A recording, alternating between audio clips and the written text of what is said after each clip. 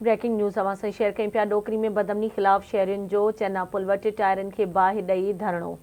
चोरी थियल ट्रैक्टर वापसि न थियण जी बदमनी ख़िलाफ़ समाजी अॻवाननि पारां एहतजाज कयो वियो आहे। अणॼातल चोर ट्रैक्टर चोरी करे विया पर पुलिस का बि कार्रवाई नाहे करे सघी।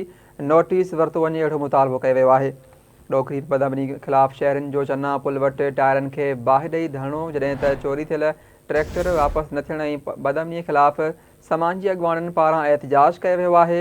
अणॼातल चोर ट्रैक्टर चोरी करे विया पर पुलिस कार्रवाई नाहे करे सघी।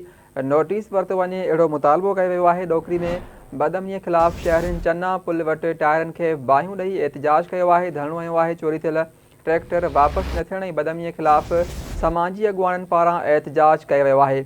अणॼातल चोर ट्रैक्टर चोरी करे विया पर पुलिस कार्रवाई नाहे करे सघी।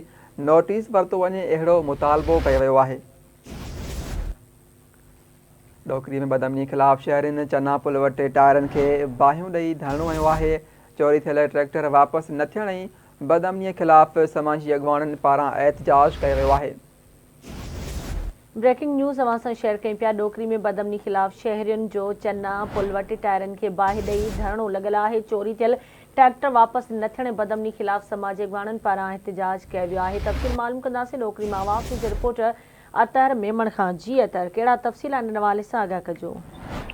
जी बिल्कुलु, डोकरीअ में चोरी थियल ट्रैक्टर वापसि न थियण ते शहरनि चन्ना पुल वटि टायरनि खे बाहियूं ॾेई एहतजाजी मुज़ाहिरो करे धरणो हयो वियो आहे। समाजी अॻवान लियाकत अली मीरानी, उबदार जूणे मुमताज़ अली जूणे रफ़ीक अली जूणे दीदार अली कोकर, मोहम्मद अली जूणे ऐं ॿियनि जी अॻवाणीअ में चन्ना पुल वटि डोकरी लारकान रोड ब्लॉक करे धरणो हयो वियो आहे। उन मौक़े ते एहतजाजी कंदड़ मीडिया सां ॻाल्हाईंदे चयो त हफ़्तो अॻु छंछर जे ॾींहुं शहर मां नामालूम चोर दुकान जा ताला तोड़े ट्रैक्टर चोरी करे विया हुआ। हिननि चयो त कुझु ॾींहं अॻु फैज़ मोहम्मद खोकर मां बि नामालूम चोर सुबुह जे वक़्त में मज़दूरनि खां ट्रैक्टर फुर करे विया हुआ, जंहिंजो इतला डोकरी पुलिस खे हिन वक़्त ताईं ॾिनो वियो आहे, पर चोरनि ख़िलाफ़ का बि कार्रवाई न कई वई आहे। हिननि मुतालबो कयो त बिना देरि ट्रैक्टर चोरी थियल वापसि कराए वञनि, न त ॿी सूरत में एहतजाज जो दाइरो वधायो वेंदो। जी ठीकु आहे, वॾी महिरबानी अतर में तफ़सील ॾियण जे लाइ।